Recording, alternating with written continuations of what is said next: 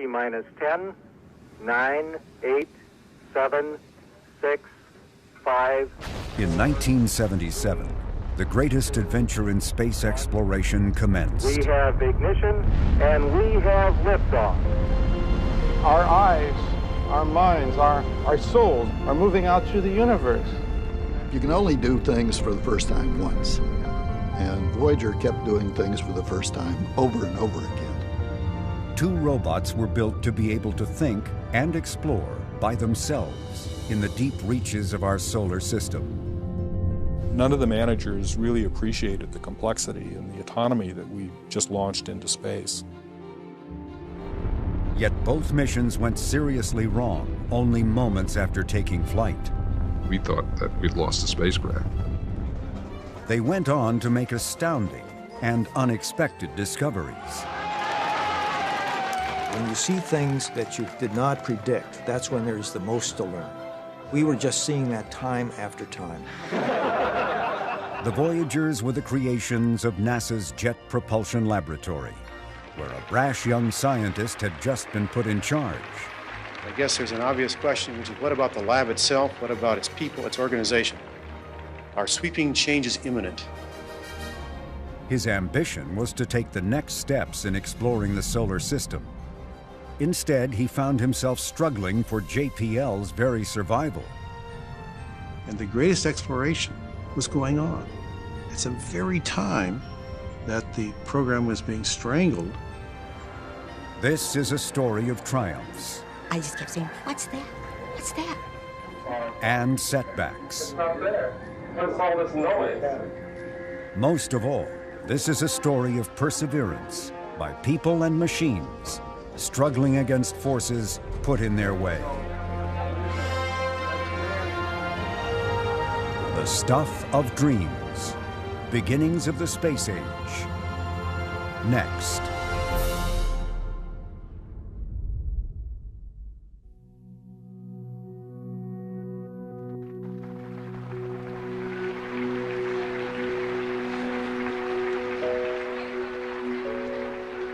On March 31st, 1976, the employees of the Jet Propulsion Laboratory gathered to witness a ceremonial change of command.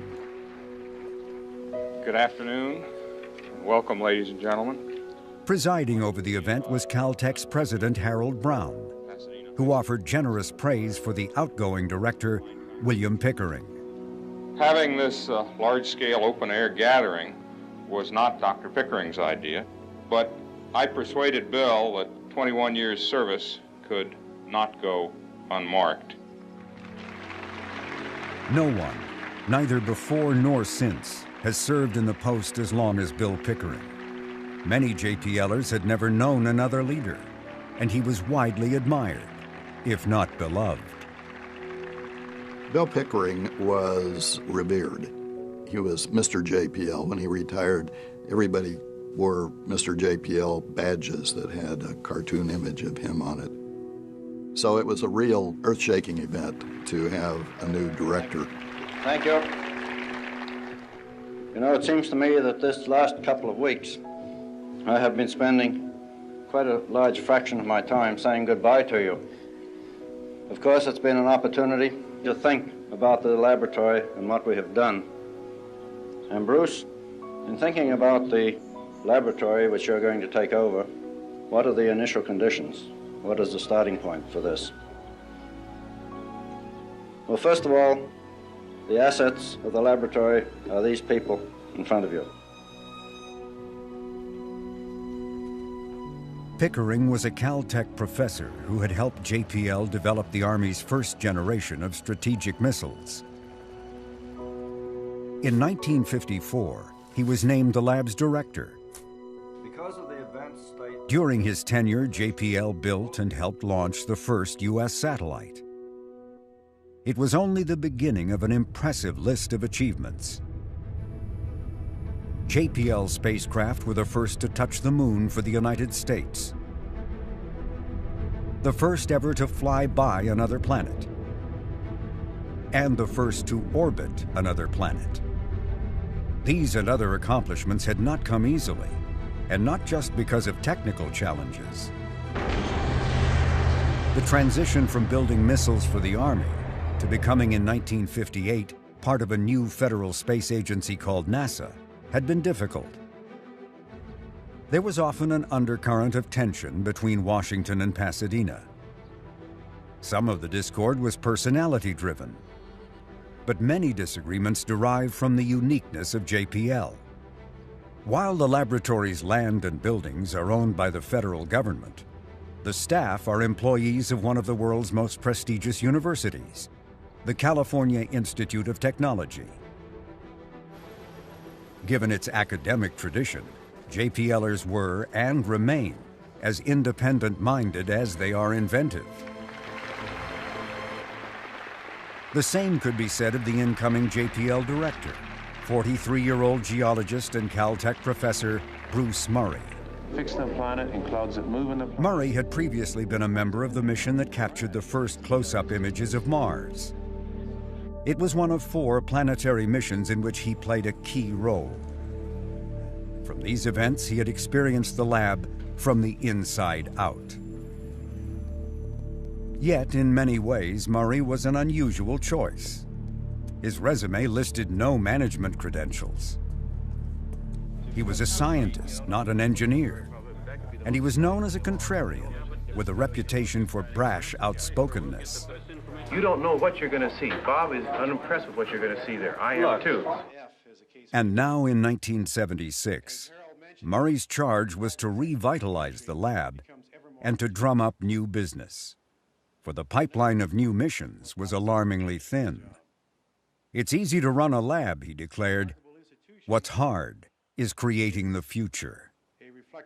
Pickering stepping down is an opportunity to bring in some fresh views, and that maybe the lab could use a little shaking up. Maybe it could use a little fresh breeze to kind of blow out some of the leaves in the corners. In that sense, they chose the right man in Bruce Murray, because Murray was, if anything, a fresh breeze, and perhaps a very stiff breeze. Well, good afternoon. Let me say at the outset, I don't have any more shoes to drop. That what was announced last Friday is the whole story in broad outline. 4 months into the job, Murray announced a major reorganization. He abolished positions, created new ones, moved people, and fired others. It was a bombshell for employees unaccustomed to abrupt changes. And the timing of the shakeup was especially perplexing. It came right in the midst of JPL's critical role in putting the Viking landers down on Mars. Murray was very oriented towards, let's think 10 years down the road, 20 years down the road. Let's try to have a long-range plan in place so that we're not just kind of making it up year to year. But at the same time, there is this sense of perpetual crisis, and he always feels like there's this immediate crisis at hand. If we can just get through the next 6 months, or if we can just get through this next year, then everything will be great. Good times are just over the horizon.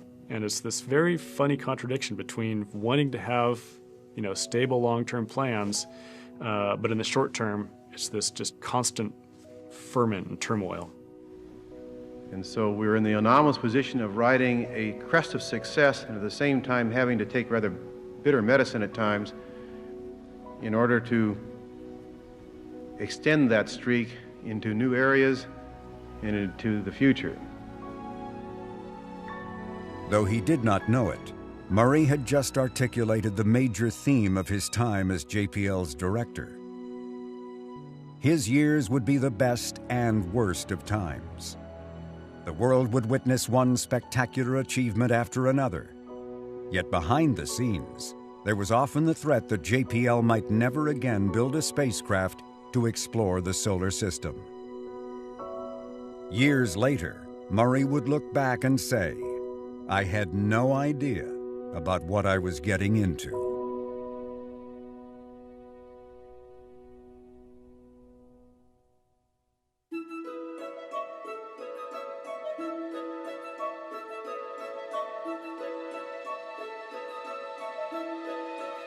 Long before Bruce Murray's appointment, it was known that it was possible to use the gravitational force of a planet to alter the path and increase the velocity of a spacecraft. There's a lot of elegance in the way the planets move. And when organizations like JPL get smart enough to take advantage of it, there can be elegance in how we go. Under the right conditions, a spacecraft could slingshot its way from one planet to another, what came to be known as gravity assist. Then there was another discovery. In the latter part of the 1970s, all of the outer planets would be aligned on the same side of the Sun. That would allow for a spacecraft launched towards Jupiter to use gravity assist to journey on to Saturn, Uranus, Neptune, and even Pluto. Most exciting was the knowledge that this planetary alignment was rare, occurring only once every 176 years. The next opportunity would not occur until the middle of the 22nd century. It was the chance of not one lifetime, but two. And in 1966, JPL mission designers mapped out an ambitious mission they named the Grand Tour.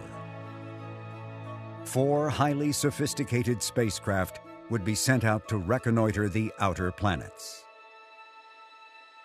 So we had this concept of an outer planet spacecraft that was radiation hard, had nuclear power, had the capability to repair itself.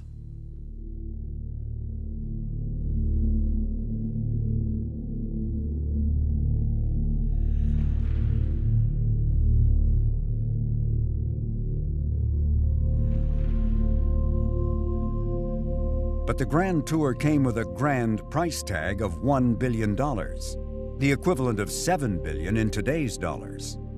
That was unaffordable, and in late 1971, the Grand Tour was canceled. That was clearly a shock because this was the one opportunity in 176 years to do it. And so the team at JPL looked at a way to build a simpler spacecraft, a lower cost spacecraft. What was originally the Grand Tour became Mariner Jupiter-Saturn 1977, with a limited 4-year goal with the possibility of continuing on if we were successful. The revised plan cost only 1/3 of the original proposal. It was a budget that NASA believed it could afford, and the agency gave the revised project a green light. At JPL, work quickly got underway to build 2 spacecraft that, while not as sophisticated as those first envisioned by the Grand Tour, were still tremendously challenging. Compared to previous missions lasting only weeks or months, these spacecraft would have to operate for years. Greater distances meant upgrading communications to transmit commands and receive data from the 11 science instruments carried on board. And a new energy source was required, small power plants that generated electricity from the natural radioactive decay of plutonium. The greatest challenge was making the spacecraft highly independent and self-sufficient. They were intended to be the smartest robots ever created, designed to think and act on their own. This spacecraft, more than anything else, required it be really intelligent and autonomous. It had to diagnose itself. 2 master computers, 2 brains, all the time. This one's running the spacecraft with all the software. This one over here is in parallel keeping up with it. And if necessary, and something goes wrong, the first thing you do is switch brains. The concept of redundancy was applied throughout the spacecraft. The result was a machine with 5 million electrical parts. In the midst of development, there was disturbing news for each of them. NASA's precursor missions to Jupiter and Saturn, Pioneers 10 and 11, discovered that Jupiter was surrounded in intense radiation that could easily fry unprotected electrical circuits. So we got into trying to struggle with that really, really hard, designing shielding and spot shielding and box shielding and going through the whole system with a fine-tooth comb, we'd already committed to the design, and now we realize that we got a radiation environment, and now how are we going to deal with that? And then there was JPL's determination to build a spacecraft capable of reaching Neptune and Uranus, a goal not openly discussed. We had to be very careful that we did not expose what we were doing in a way that appeared that it was unnecessarily driving the cost of the fundamental mission. And so most of it we, I think, honestly rationalized was risk reduction in terms of reducing the risk of the Jupiter and Saturn mission. But in so doing, it also enabled the capability that we were going to require to go to Uranus and Neptune. Even before becoming the mission's second project manager, John Cassani was scheming about ways to get to Neptune and Uranus. He had taken part in a minor engineering conspiracy that would have major and literally far-reaching consequences. While I was in the division, we came up across the fact that our sun sensors were going to be marginally operative out just past the range of distance of Saturn. And so we decided in the division that we would take it on ourselves, even without talking to the project manager, to change the design of that sun sensor by adding a little operational amplifier. It wasn't a big change, but still we had to do something different. But making that one change would guarantee that the sun sensors would work out beyond the orbit of Neptune. Cassani also thought the spacecraft were so special that they were deserving of a new name. He advocated, and NASA agreed, to call them Voyager 1 and 2. Another decision Cassani made was to no longer hide the fact that an American flag would fly aboard the spacecraft. In the early days of the space race, when the odds of success were low, touting the stars and stripes had been officially frowned upon. We had developed a clandestine practice of sewing flags between the thermal blankets of spacecraft. We didn't advertise that. Nobody knew about it for the most part. I decided to get this out in the open. This project here represented not just the efforts of the people that worked on it, but this was an American enterprise. I mean, we had contractors from all over the country. We had taxpayers in every state that had contributed to what was here, and so it was an American product. That's what the flag was meant to symbolize. Made in America, that's what that was.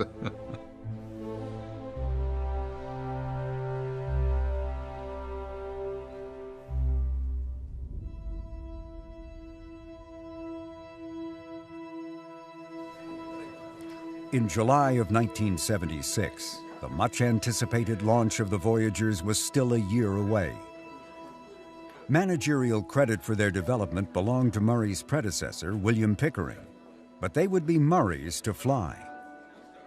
The same was true for the two orbiters that had just ferried the Viking landers to Mars to search for signs of life.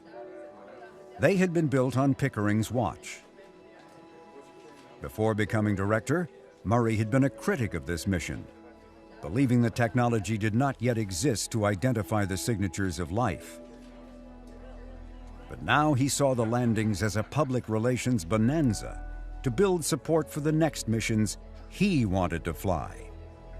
That was becoming harder to do, for the days of unwavering support from Congress were now just memories. I can remember in 1965, after Mariner 4, when we went back to Washington, and Bob gave the presentation to President Johnson, and I ended up presenting it to the House and then to the Senate Space Committee. And the senator from Mississippi, Senator Stennis, was chairing the sessions.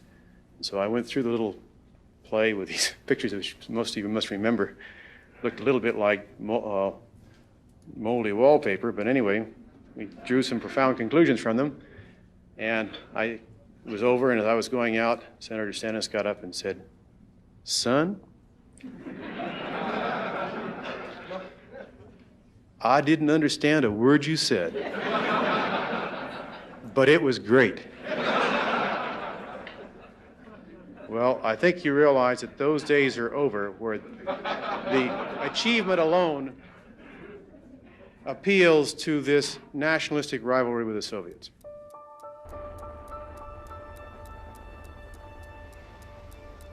NASA was now in the process of reinventing its human program. betting its future on a reusable space shuttle and a policy that Murray believed was fraught with faulty thinking.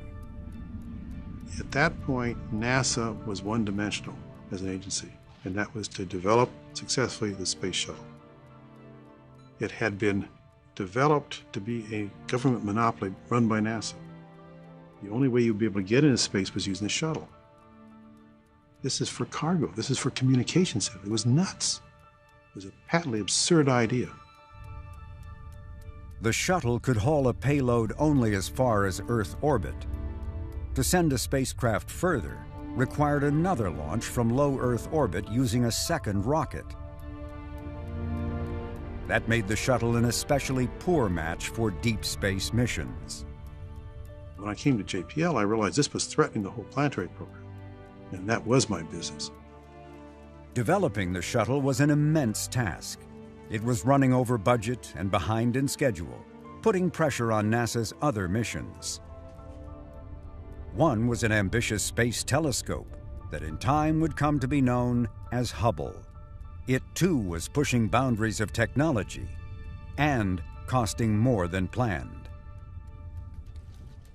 With bills mounting up, NASA lacked the funds to support the shuttle, a space telescope, and ambitions for the next planetary mission. A spacecraft intended not to just fly by Jupiter, but to orbit the planet. In 1977, the Jupiter mission was singled out for cancellation. If that happened, there would be little for JPL to do. Murray decided he had no choice but to go on the political offensive to save the Jupiter Orbiter Probe, or JOP, as the mission was first called. I undertook a personal political mission to go to Washington and deal with it and organize an attempt to beat the chairman of the Appropriations Committee on the floor of the House in order to get JOP in. The start or non-start of the Jupiter Orbiter Probe mission had to be voted on individually in the form of a roll call by the entire House of Representatives. We marshaled all our forces, got help from lots of different quarters, and when all the smoke cleared, we actually beat the chairman on the floor with an up-down vote on this mission. As all of you know, we won that one going away 280 to 131. It was an extraordinary victory and quite unexpected by all the players, both the professionals and the amateurs like myself and others. Well, that's good news in the sense it's a victory that, David beat Goliath. It really was. And that's how the newspapers picked it up. But Goliath isn't really dead. Murray's campaign was a brazen move that infuriated the leadership of NASA and members of Congress. But he may have been emboldened by something that wasn't publicly known for years. Earlier in 1977, Jimmy Carter had become president, and that spring, Carter's science advisor had asked Murray to become the next NASA administrator. Murray, lacking the temperament to cope with bureaucracy and being no fan of the shuttle, made it clear he was not right for the job. Besides, from JPL's mission control, one of the greatest adventures of all times was just about to have its first encounter, and Murray would be at the helm of it. What job could be better than that?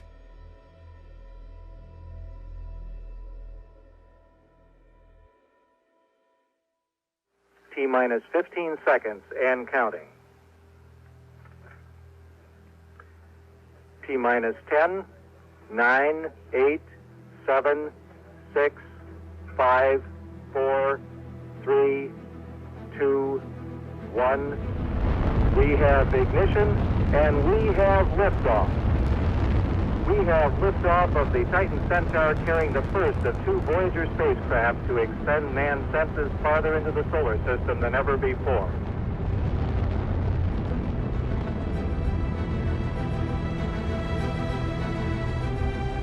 Although launched first, this spacecraft was named Voyager 2 because its less efficient trajectory meant it would arrive at Jupiter and Saturn after Voyager 1. Voyager's programmers had taught the spacecraft that if it sensed anything unusual, to switch to backup systems, And that's exactly what had already occurred. Engineers call this fault protection.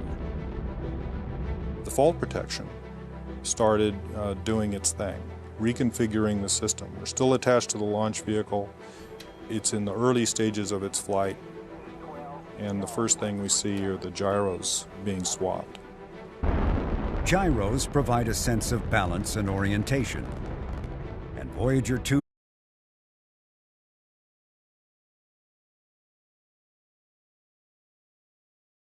how rough a ride the launch would be. The launch vehicle, as part of its powered flight, went through a roll.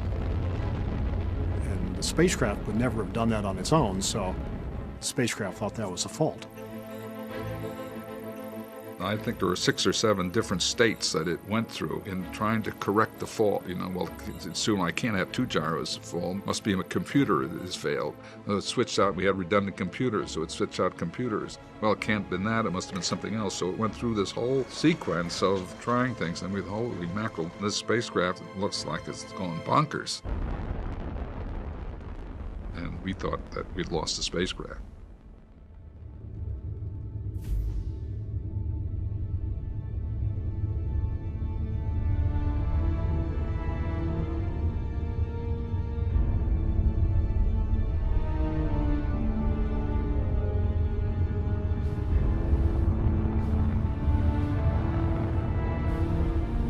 Finally, we got to separate from the launch vehicle and we were on our own, but the problems weren't over.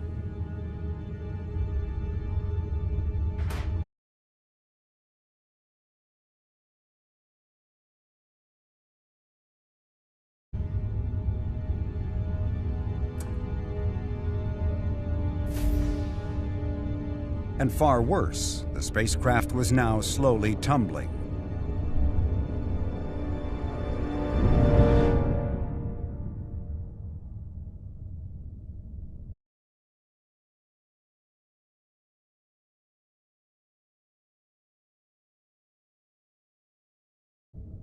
A last-ditch suggestion was made to stop.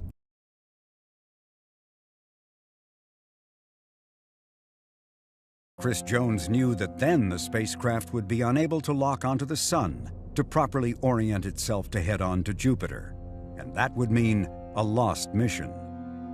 I knew that part of the story as well as I knew my own name, and when I heard the recommendation come from Pasadena that let's send that to air, I knew instantly that that was the wrong thing to do. Now, I had to convince people who were still mystified as to why anything was happening. But I think Glenn believed in me, as did John, that we shouldn't do that, and so that was the decision that was made.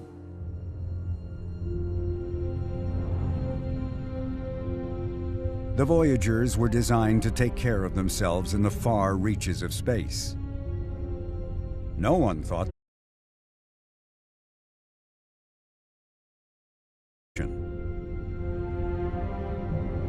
but that is exactly what it did. After swapping thrusters, gyros, and finally the computers, Voyager 2 stabilized. But another hour passed before the sun sensor locked onto our home star. I remember reading the LA Times the next morning. Headline said, "Computer wars in space." Oh my goodness. What are the people going to think about what we're doing here? The spacecraft and the computer system did exactly what it was supposed to do. It outsmarted us. None of the managers really appreciated the complexity and the autonomy that we just launched into space. Bruce Murray cornered me outside the conference room and made a remark that I'll never forget. He said, "I never knew that we could build things like that at JPL." He was just overtaken by the complexity and the ingenuity that the Voyager spacecraft had.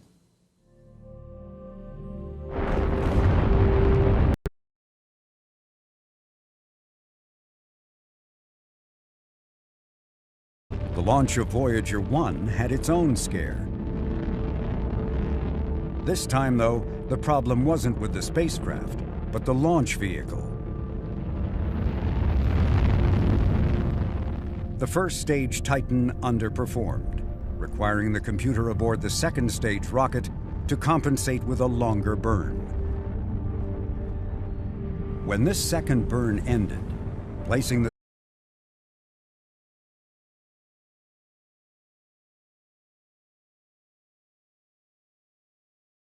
3.5 seconds had separated success from failure. These near-fatal events in just the first minutes of flight were hints of what was still to come for the Voyagers.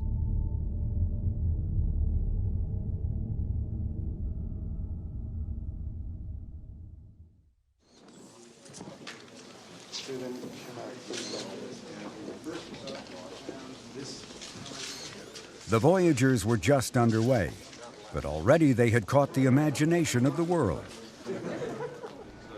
England's Prince Charles was only one in a long line of dignitaries, celebrities, and politicians wanting to take part in the Voyager's adventures to the outer planets from Mission Control in Pasadena.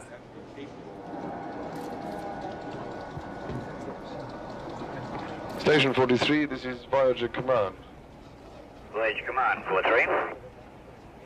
Please turn command modulation on at this time. Roger, stand by.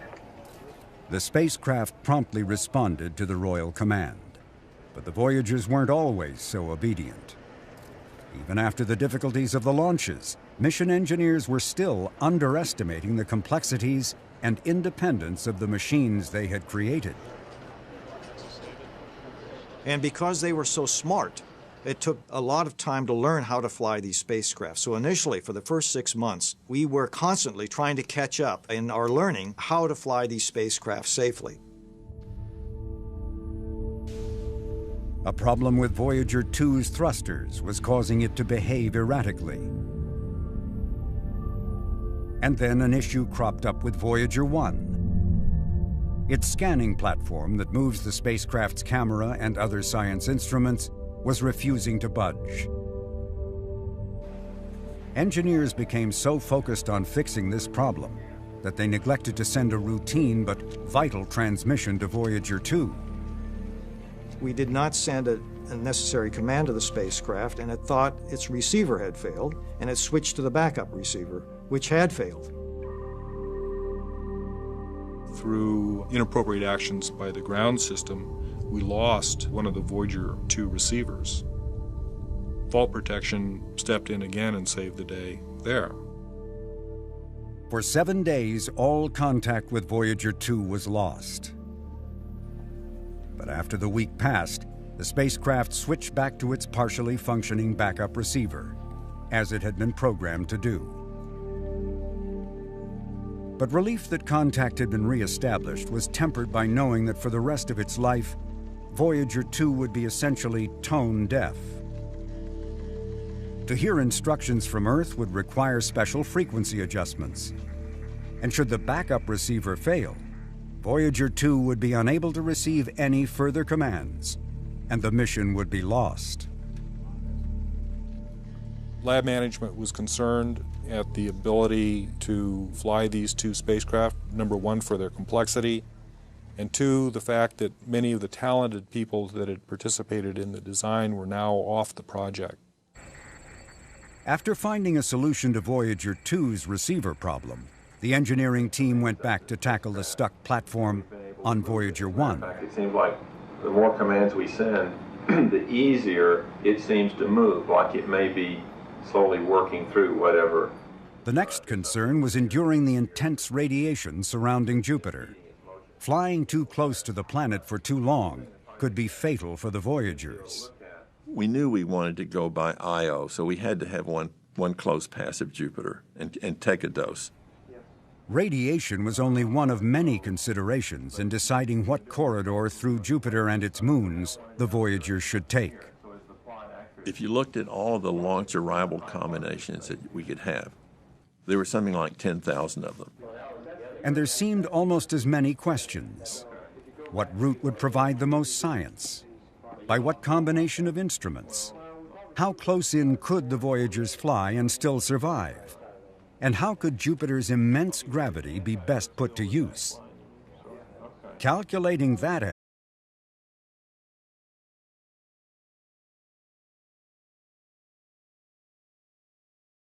You swing by the trailing side of a very large body. It changes the direction of the velocity vector. When you add that back onto Jupiter's speed around the sun, you get an increase of spacecraft speed relative to the sun, not to Jupiter, to the sun. And that gives us about 16 kilometers per second. It doesn't come for free. Jupiter is slowed in its orbit by 1 foot per trillion years because you have to preserve energy and momentum throughout the solar system.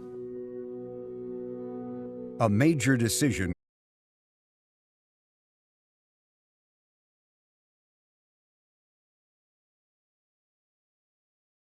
trajectory deep into the radiation zone. If the science objectives were met, the second Voyager would execute a more cautious approach, and one needed if the spacecraft had any hope of going on to Uranus and Neptune.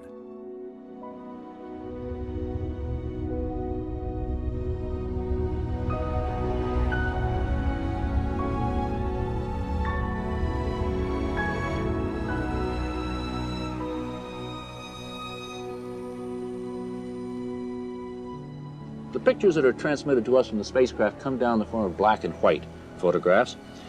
Different pictures, however, are taken through different color filters, and in certain circumstances we've combined them to make a full color picture. Here's an example of one of those. Again, it shows the great red spot. It was taken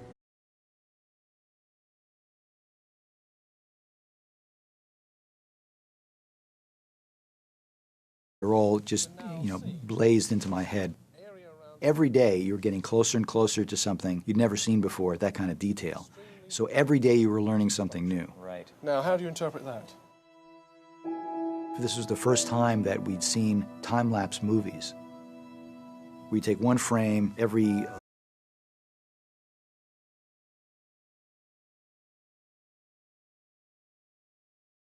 just watch these structures, these storms, the red spot, and all these other things kind of evolve with time. And that was a really amazing thing. There was so much activity going on there. These cyclonic and anticyclonic flows, these creation of clouds and these disappearance of clouds and this incredible storm, which was the Great Red Spot, and this thing just whirling around as you're watching it.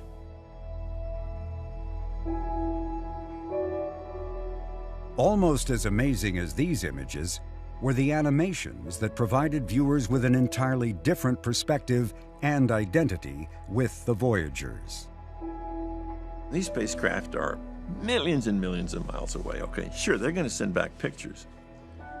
But wouldn't it be great if the public could ride along, could sort of be peering over the Hawking antenna, looking at the planets and moons coming up? That would make people feel a part of the mission. That would be a way to engage the public. Computer graphics was just emerging, and Kohlhase learned of a young man named Jim Blinn, who had recently earned his PhD in this new field. There's a famous quote from one of Blinn's old mentors. There are a dozen leaders right now in computer animation, and Jim Blinn is 6 of them. Blinn developed these very sophisticated computer algorithms, which were at the time extremely cutting edge. As time starts moving forward, Jupiter is rotating in the background. All the horizontal lines are the paths of the satellites as they go around Jupiter.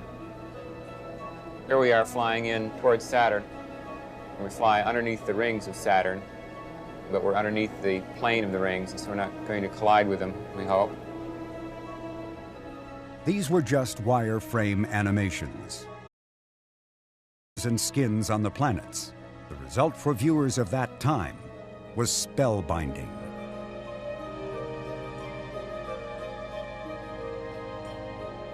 All of a sudden, they started getting this tremendous feedback about these fantastic animations that let you actually see what the spacecraft is doing as it zooms in towards these planets and their moons.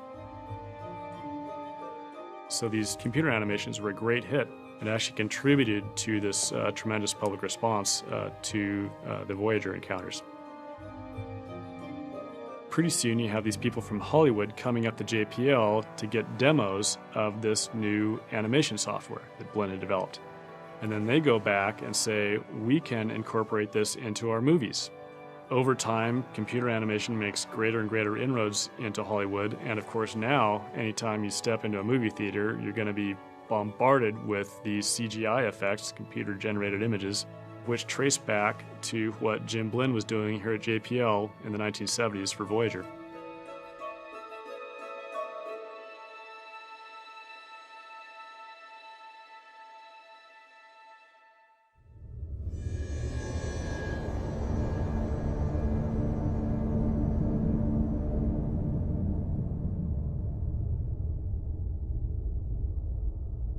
For 7 years we'd been preparing, and suddenly for a period of several months we were overwhelmed with a flood of discoveries, one after the other, many every day.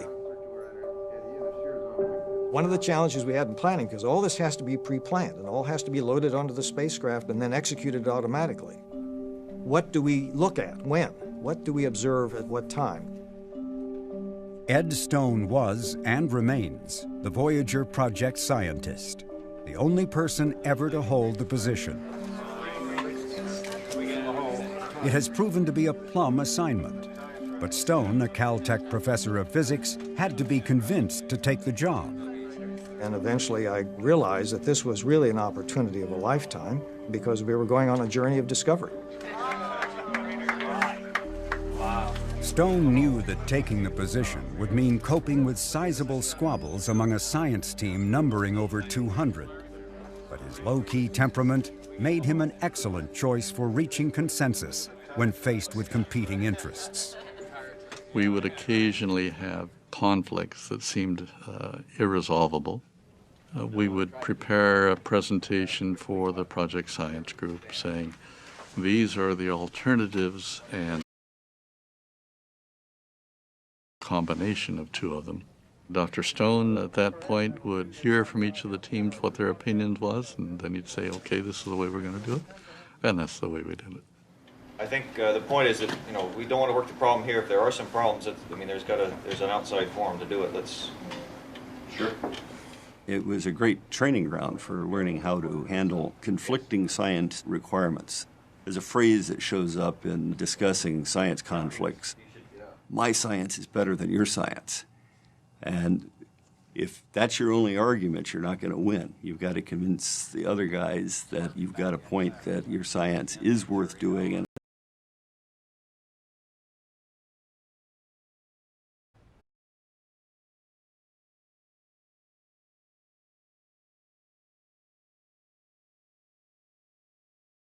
Flyby of Mars, Murray arranged a public event at Caltech featuring the same panel of thoughtful speakers.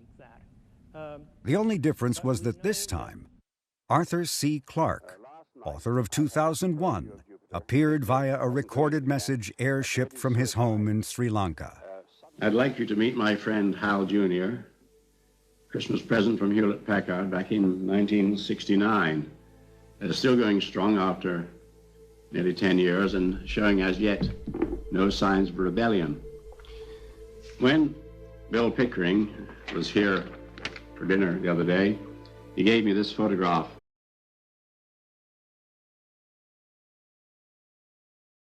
"50 million kilometers away. And this is very much the view I had through my 18th Celestron last night. And this is part of a remarkable historical transition which is happening in the late 20th century, in which we are for the first time learning the realities, not the myths, of our little swimming hole in space. We are crossing a profound boundary in our own solar system. If I may borrow a Saganism, we are all guilty of inner solar system chauvinism. Tonight, our eyes, our minds, our souls, our blood are moving out through the universe. 1,000,000 years from tonight, this evening that we're sharing together will be looked back upon by people who will say how fortunate those people were.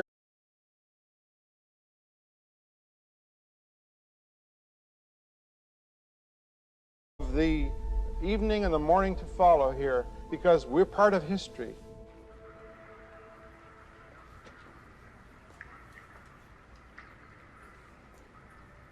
I remember being in the ops center at the first Jupiter encounter and seeing these pictures returned in real time, an image every 42 seconds, downlink from the spacecraft, at these odd-looking worlds, just blew us away. And I really experienced the sense of discovery. And with me now is Dr. Torrance Johnson from JPL, also a member of the imaging team. Incredible pictures. Would you care to give me a feeling what that means to you? Long waiting period for all of us. What I wanted to see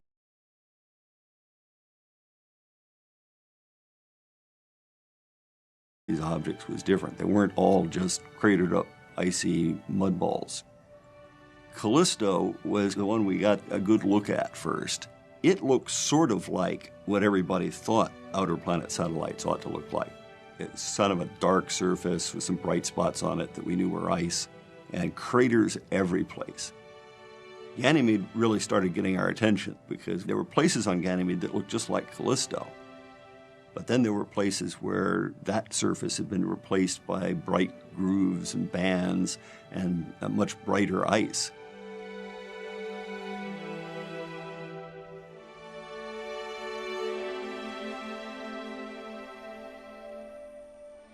There is always a trade-off on the encounter. And it turned out that the trade-off for the first encounter was not getting a very good close approach of Europa. Almost certainly has a global ocean. We didn't know that at the time. So there was a real mystery as to what the surface was like. As we approached Io, we saw not seen anything like it since. We did not understand what we were looking at all. It was so different than anything we had imagined.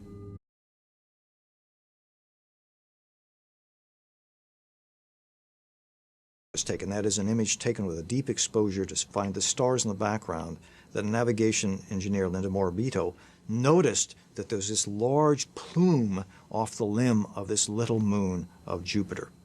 From the center of the satellite, we look out in all directions, and knowing the surface reflection characteristics of the satellite, we can in fact convolve what we expect the shape of the drop-off of the limb to be with the actual data. And where the convolution has a peak response, that is where, in fact, the edge of the satellite is. When I did some special processing on the picture to bring out the very dim image of the satellite, this enormous, anomalous object emerged. And I just kept thinking, what is that? What Morabito saw beyond the edge of Io looked like a ghostly moon. I just kept saying, what's that? What's that? And I couldn't find an answer, but I had to keep asking. And even in the first initial seconds, there's nothing like that, like something unexpected, that large, that anomalous, that coherent in its appearance. It's unforgettable, beyond anything a person could ever expect. The phantom moon turned out to be a gigantic plume of gas and dust, shooting skyward from a volcano.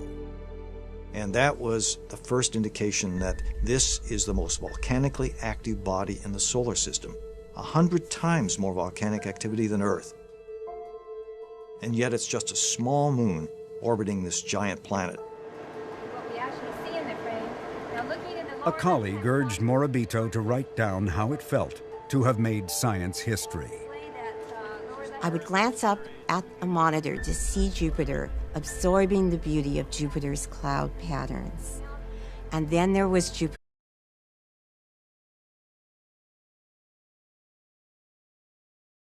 Surprised by one of these post-encounter frames. I sensed that I was seeing something that no human being had ever seen before. It was the stuff of dreams.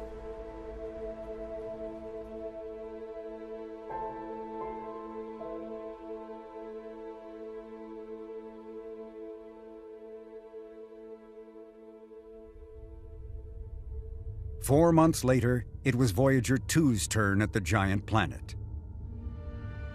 This second look at the Jovian system featured a much closer flyby of Europa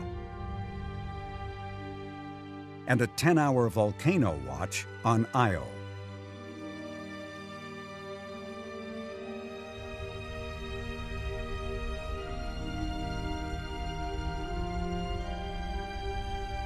All told, the two Voyagers took more than 33,000 images of Jupiter and its major moons. What these images and the other science results revealed was an exotic system that was not only vast, but beautiful, and almost beyond imagining.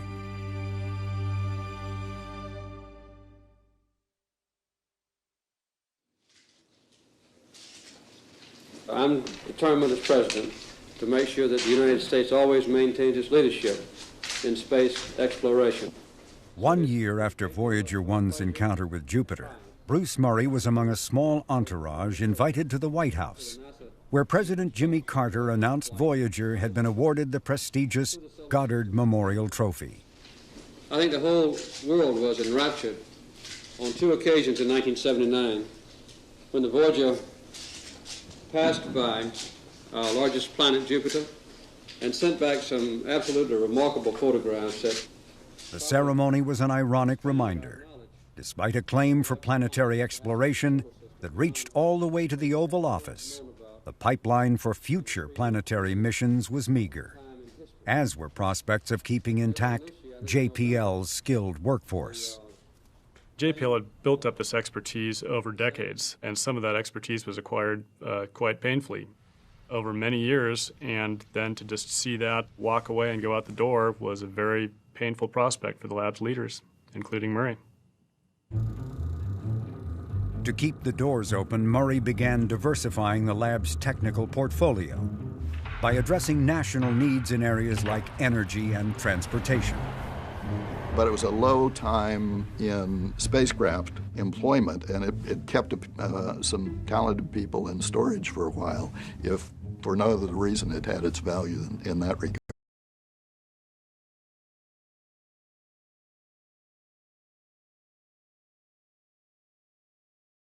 Energy needs. Another hope in the midst of the oil crisis was to put all-electric and hybrid automobiles on the highway. And if the lab could build a nearly autonomous robot that could operate millions of miles away, how could that same know-how transport people on Earth without a driver?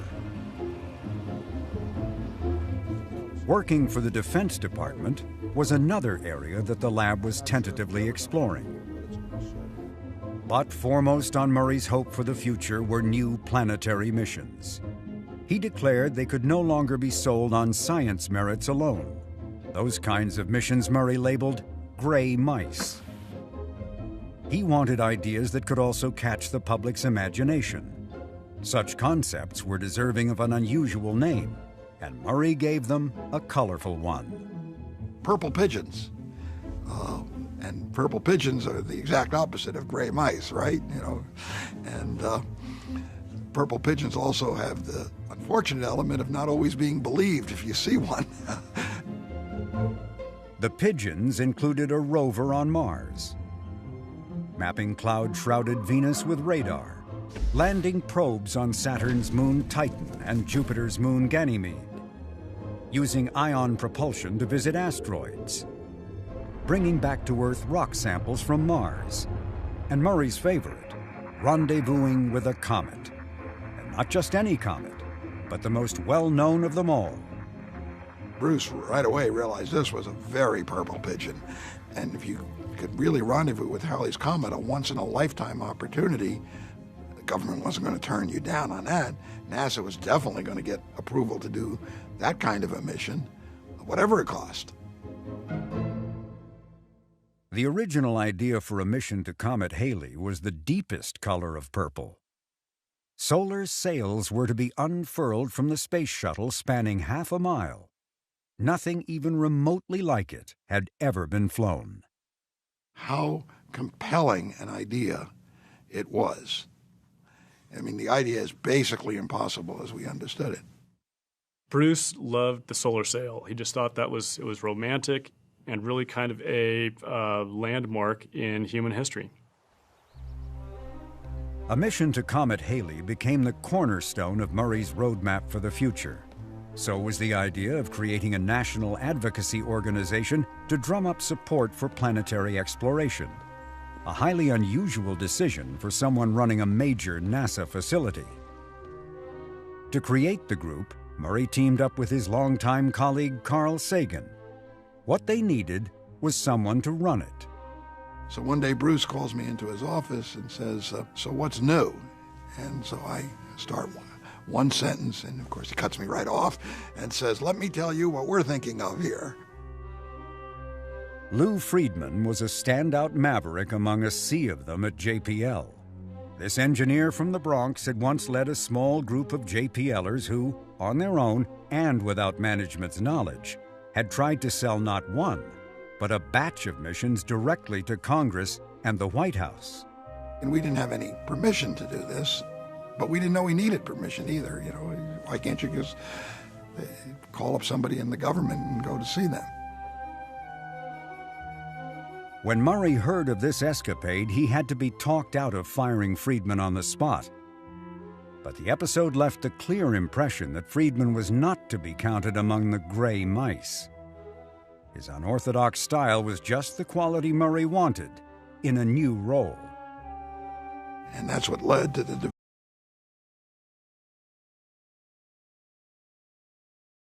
and patching together a network of grassroots support for exploring the solar system, just as a new president of the United States with a very different agenda was taking office.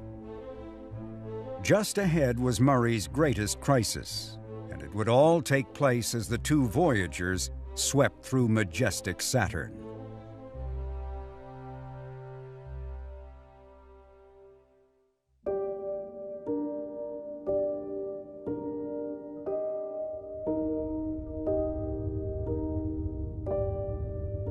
As Voyager 1 bore down on Saturn, the spacecraft was clocking nearly 1 million miles a day. Revealed itself in some new way. This faint one, this faint one. Among the tremendous surprises there was that we could be, still more than 1 million kilometers away, and we could see structure in the rings. All right, look at that. And one of the things I got involved in very early was the discovery of the spokes in Saturn's rings. And that was really super exciting. Exciting and mysterious. Scientists could only speculate on what might account for such ghostly dark streaks. More and more, the rings were revealing their intricate and baffling structures. Some of them, scientists joked, seemed to defy the laws of physics. But they were all stunningly beautiful. Well, here's the kind of experiment that's being done. It's just to lay down a series of images. The rings themselves were much more complex than we imagined. The F ring, which is a very narrow ring, had these two shepherding satellites that had been predicted, but it was also kinked and braided. For many scientists, the moon Titan was as important as Saturn itself. Titan is so large that if it orbited the Sun rather than Saturn, it would be called a planet. It was already known that this was the only moon in the solar system having a substantial atmosphere. This might be a place, some scientists theorized, that resembled the Earth before life arose. And that made this moon an irresistible target. But getting the best possible views came with a steep price. It required Voyager 1's tour of the planets to end at Saturn. That was the choice made, for Titan was deemed that important. And we even had contingency plans if we had somehow or another failed with Voyager 1 to get good Titan data. There was a contingency plan changing Voyager 2 to pick up Titan, but abandoning the outer solar system. There was this great hope that we'd be seeing down to the surface through this thick atmosphere. and we would discover, amazing things. As we got closer, at the time when we should have started to see features and resolution,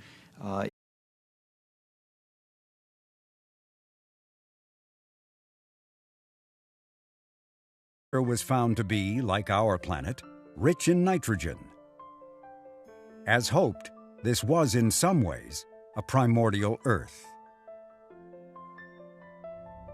After Titan, Voyager 1 swept underneath Saturn and then rose up out of the plane of the ecliptic and headed up towards interstellar space.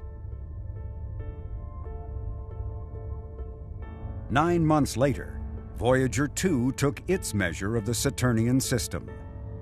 Just as at Jupiter, the Voyagers found Saturn and its varied moons to be a mini solar system. All the moons are different. They all seem to have had a geologic life. They were not just frozen, ancient objects heavily cratered. Each one had a unique story to tell. Enceladus, with its diverse terrain, was one of the strangest and most mysterious objects in the solar system. The surface of Iapetus, for some reason, was an odd mixture of black and white, looking every bit like the Chinese symbol for yin-yang. The pitted surface of Rhea gave testimony to its ancient age and the violence this moon has endured. Mimas's massive impact crater had an eerie resemblance to the fictitious Death Star in Star Wars. Then there was Saturn itself, a world not nearly as serene as it might seem. Here, butterscotch storms raged at over 1,000 miles per hour. Faster winds on Saturn than on Jupiter, even though there's less sunlight, less energy, faster winds. It's just one puzzle after the other. By now, as one scientist put it, the bizarre had become commonplace. The scientists knew that this was an epoch-making experience. Their knowledge of our solar system was advancing so quickly just because of these encounters. And I think the scientists realized this. They got caught up in this enthusiasm. Their curiosity was bubbling over.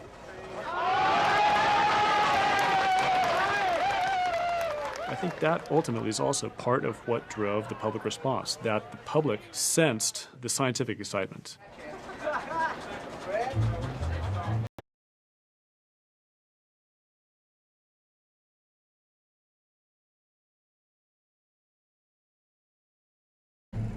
You have the press conferences attended by hundreds of people from the media. Perhaps in terms of planetary formation, one can have gravitational instabilities where the rings... Which was something I think that you didn't see previously for a lot of scientific events. I think that's fairly safe to say. Normally, my experience had been getting press attention and wanting to tell my story. In this case, the press wanted us to tell the story. They had become, in a sense, kind of space junkies. They liked the space program, they knew about it, and they became, in a sense, almost fans of JPL. What is the albedo of clean ice that is not exactly purely clean ice and not exactly dirty ice? 2 rows back, please. Do you have a rough handle on what the orbital period or velocity of a theoretical moon in the Cassini division would be? In the second row here, there's been a hand up for some time. We seem to be losing the distinction between small moons and large ring particles. And I'd like to know if anybody is able to come up with a definition now of which is which. Those of us who like to count moons are starting to get worried. It's purely semantics. I mean, after all, every particle in the Saturn ring system is, in effect, a tiny satellite in orbit around Saturn. This was a wonderful environment to engage the media and therefore the public in the whole exploration and discovery and scientific process. And we needed to organize ourselves so that, in fact, we made maximum advantage of that opportunity to communicate what excited us, what we were learning, and what this process was all about. This process works when you have... That required a major change in how soon science results were announced to the world. What came to be known as instant science. We did this by having these science meetings every day, and out of that science meeting, I would then decide which topics were ready for presentation to the press the next day. It was taken August 15th. August 15th. And we were 10 days with 10 million kilometers out. 10.5. Right. So that means we have a resolution of 20 kilometers per line pair. Okay.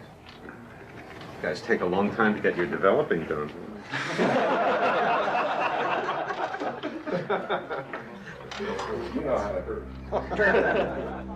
But not all had gone well.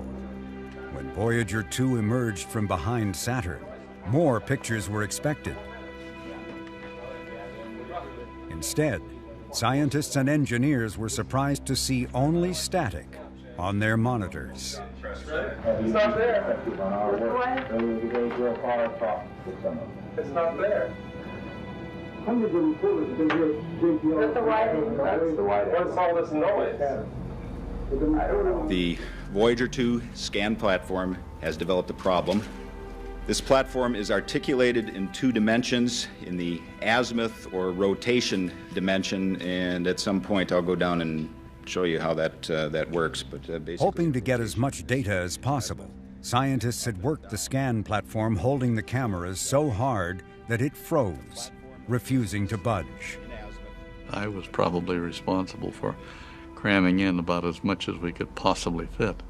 Here we were looking away from Saturn, all of this good science time going to waste because we couldn't point the cameras at the things that we wanted to look at.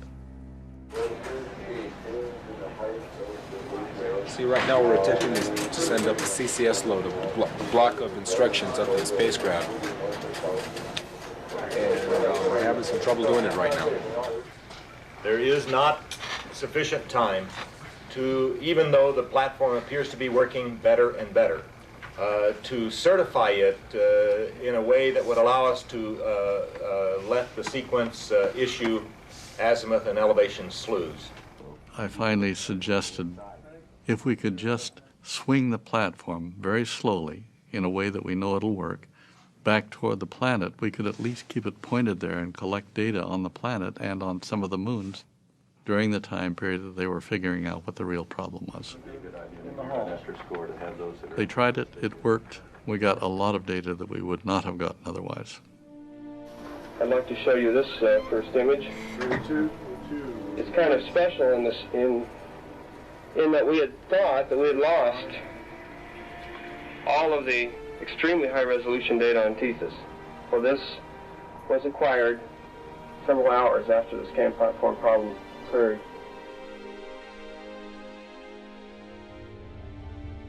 Just as at Jupiter, the Saturn flybys were an enormous success, both in terms of science and public acclaim. And because Voyager 1 had done its job, Voyager 2 had been able to stay on a trajectory headed for Uranus and Neptune. Once again, there was a treasure trove of data for scientists. And for the public, the images of Saturn had been captivating. One in particular had special meaning for Bruce Murray. There's a picture, and it's up close, and it shows beautiful Saturn with the rings around it. You can see the shadow of the rings on Saturn. You can see that the rings are actually transparent. Elegant thing. But then as you look at it, you realize you're behind Saturn looking back at the sun and the Earth. That's a fantastic sense. You, the viewer, your brain, is behind Saturn. To me, that was a mind-blowing experience. It still is. For Murray, the Saturn encounters were a bittersweet experience. For in the midst of this moment of triumph, JPL's very existence was in doubt. It would be the worst crisis in the entire history of the lab.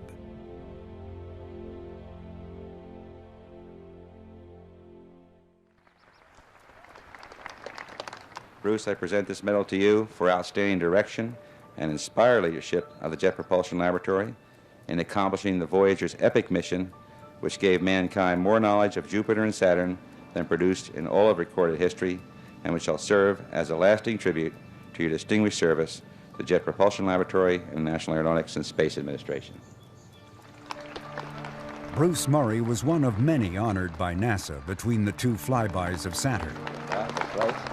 For many who were at this JPL event, what's remembered most were not words of praise, but an unexpected message by NASA's new second-in-command, Hans Mark. Hans Mark basically said, you ought to look for some other sponsors because NASA can't afford you anymore. As a youngster, Hans Mark and his family had escaped from Nazi Germany. He had experienced the Battle of Britain when London was attacked by bombers and V-2 rockets. Making his way to the United States, Mark became a U.S. citizen and later a nuclear physicist whose expertise was the effects of atomic blasts. He went on to hold an impressive array of government positions, serving both Democratic and Republican administrations. Mark had been director of NASA's Ames Research Center, Undersecretary and Secretary of the Air Force, and director of the National Reconnaissance Office. He also could have competed with Murray to run JPL, but he took his name out of consideration. Planetary exploration, Mark thought, would not be an ongoing priority for the nation. The future in space, he believed, belonged to the shuttle, if there was any future to be had at all. For his overriding concern was a nuclear confrontation with the Soviet Union. 2 weeks ago, I attended the commencement exercises at Yale University, where my son was graduating. It was a beautiful day, and our distinguished guest here today, Professor Carl Sagan, was the principal speaker. Carl built the theme of his very eloquent address to the graduating seniors about two things that he considered to be the most important that had happened in the 4 years that the graduates were at the university.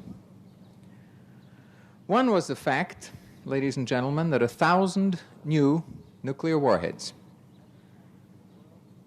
had been added to the world's inventory of weapons. And the other was that Voyagers 1 and 2 had explored for the first time the outer reaches of our solar system. Let me talk about the warheads briefly, because I just spent 4 years in the Department of Defense trying to come to grips with this problem. All of the approximately 1,000 nuclear warheads that Carl mentioned in his speech were added to the world's inventory by the Russians. There is no doubt at all that this great expansion of the Russian nuclear inventory represents a profound new challenge to this nation. Exploration is one of the measures of the worth of a society once its survival is assured. JPL is basically surplus in Mark's view. What he thought JPL should be doing is going to work for the military. Here is this great resource of all these very capable expert engineers. Let's not just cast them aside. The nation has very pressing needs for military, including military space. Let's put JPL to work for the on the Space Shuttle. And of course, Bruce Murray did not agree with that. But Hans Mark's views reflected a new White House. Ronald Reagan had won a landslide election just weeks after the Voyager 1 flyby of Saturn. A major theme of Reagan's campaign had been to reduce the federal budget while increasing military spending that would create a new ground and space-based system to fend off a nuclear attack, what came to be known as Star Wars.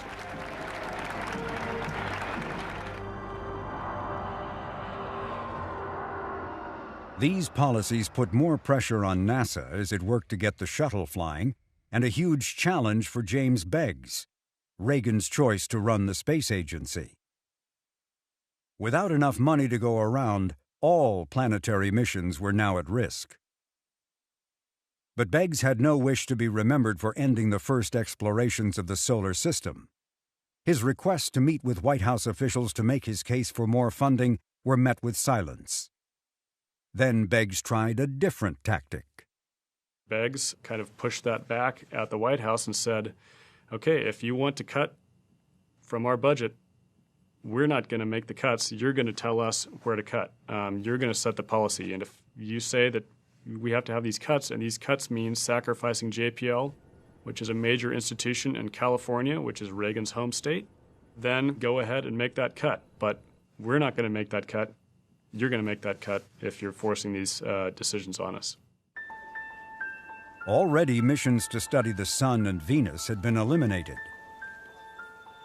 The Jupiter orbiter, now renamed Galileo, was in danger of being canceled. And the press was reporting that the Voyagers might be turned off, never to be heard from again. If that happened, there would be no need for the world's only deep space communications network. It would be dismantled. The Planetary Society launched a letter-writing campaign directed at the White House, to no effect.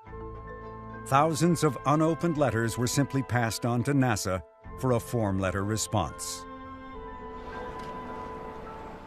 Murray next decided to take a different, more cordial approach. If White House decision-makers were to experience firsthand the thrill of Voyager, witness the press support, and sense the public's enthusiasm, that might change their minds and save planetary exploration.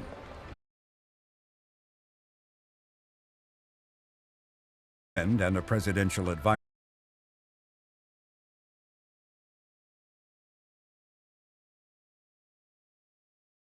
data from Voyager 2 streamed back to Earth. Murray made his pitch. Why would America relinquish its leadership in deep space to the Russians?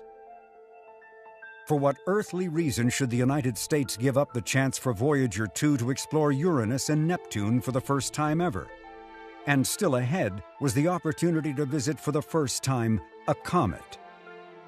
A mission to Halley's Comet would attract the attention and praise of the world. And that idea had already caught on with the media. Jules?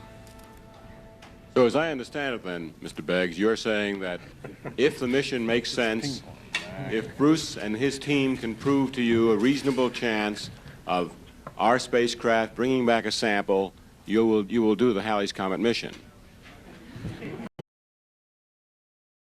Quite say that. No, I can handle this. Jules, don't give me too much help. Jules, if you're looking for an announcement, you're not going to get it. Follow-up question, though, Mr. Beggs. The decision about Halley's Comet came 4 weeks later, and then there would be no laughter, and no mission by the United States to the famous comet. Murray took the news hard. He later called this moment the lowest point in his life. There was a special irony at JPL, and a special irony for me personally, since how deeply I believed in planetary exploration. And the greatest exploration in the 20th century, certainly, and maybe since Captain Cook, was going on. It's the very time that the program was being strangled to not be able to have launches for a long time afterwards. And so the contrast between those two was personally very difficult for me.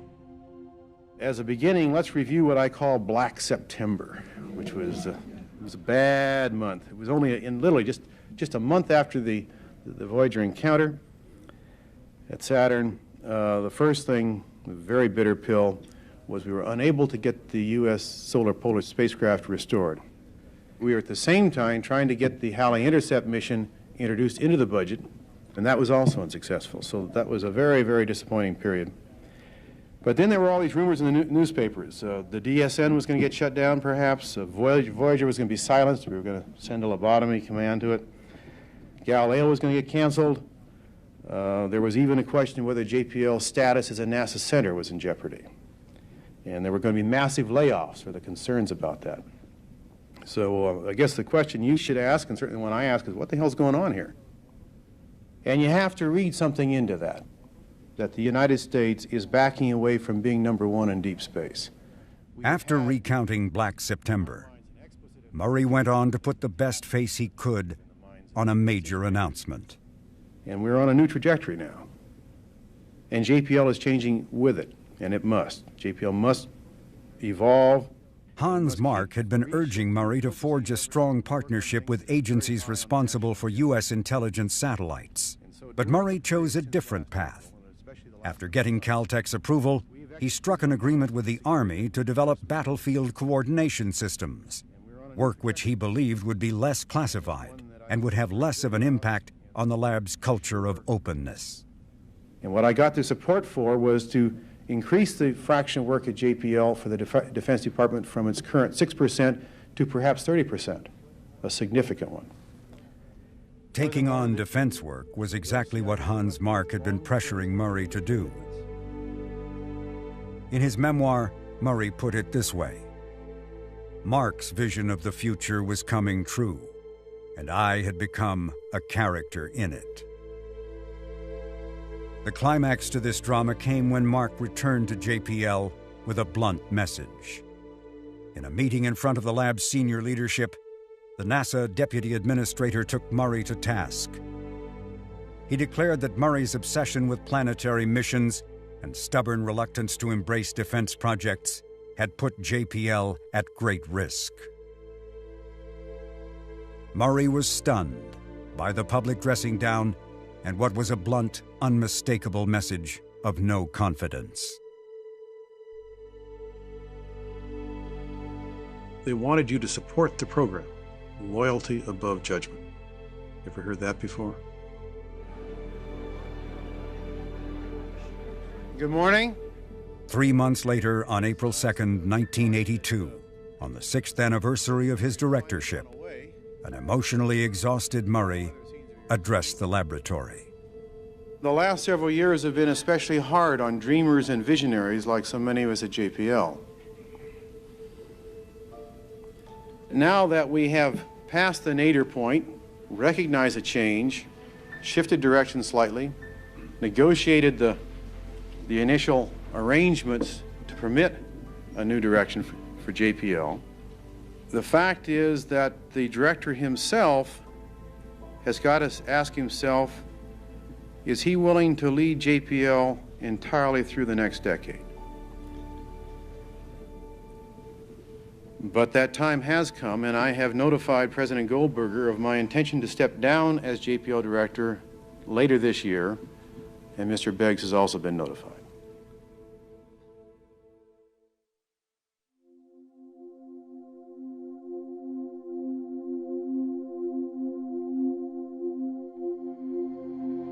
After announcing his resignation, Bruce Murray stayed on another 3 months, but left JPL before his successor was in place.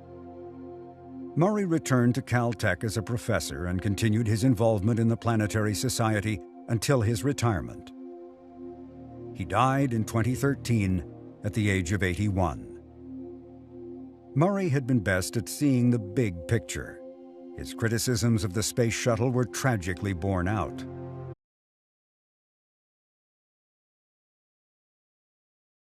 All U.S. payloads into space. He had once said that running a lab is easy, creating the future is the hard part. But Murray's vision for JPL was not realized. By his own assessment, he had at best led a strategic retreat from JPL's golden age. It may have been all anyone could have done. And while one crisis after another,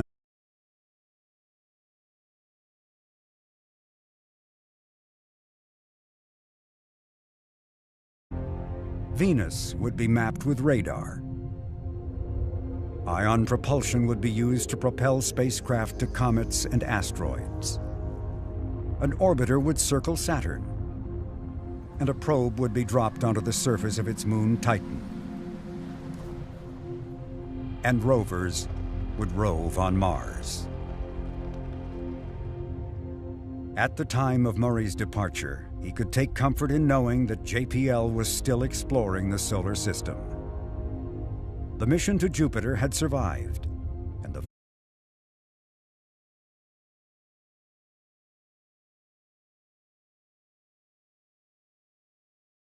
what awaited the Voyagers, one could only guess and hope.